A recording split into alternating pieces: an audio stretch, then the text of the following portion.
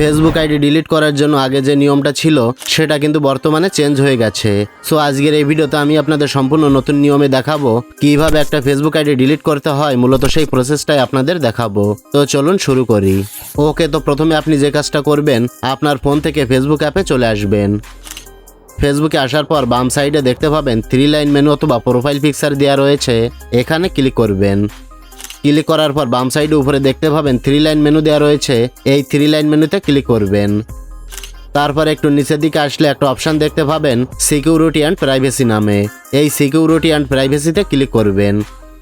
Click করার পর এখানে সেটিংস নামে একটি অপশান দেখতে পাবেন, জাস্ট এই সেটিংসে আপনি একটা ক্লিক করবেন। ক্লিক করার পর এইরকম একটা ইন্টারফেসে নিয়ে আসবে। তো এই পেজে প্রথমে একটা অপশান দেখতে পাবেন অ্যাকাউন্ট সেন্টার, এটার উপরে ক্লিক করবেন।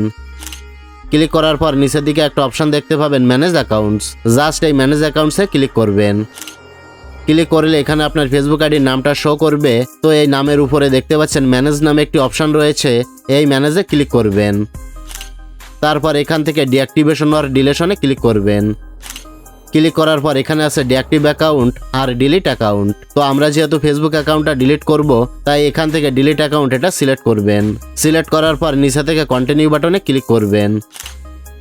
এবার এখান থেকে কোনো একটা রিজন দিতে হবে যে আপনি কেন এটা ডিলিট করছেন, তার জন্য একটা কারণ সিলেক্ট করবেন। তো আমি এখান থেকে এটা সিলেক্ট করে দিচ্ছি। সিলেক্ট করার পর নিচে থেকে কন্টিনিউ বাটনে ক্লিক করবেন। তারপর আবারও এখান থেকে কন্টিনিউ বাটনে ক্লিক করবেন। এবার নিচে চলে আসবেন, এখান থেকে কন্টিনিউ বাটনে ক্লিক করবেন। ওকে, এখন আপনাকে আপনার ফেসবুক আইডির পাসওয়ার্ডটা দিতে হবে।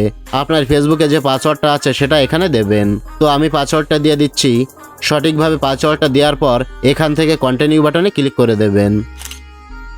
তো এখানে আবারও একটা সতর্ক বার্তা দিচ্ছে যে ভাই আপনি ডিলিট করবেন কিনা, কনফার্ম কিনা সেটা বলছে।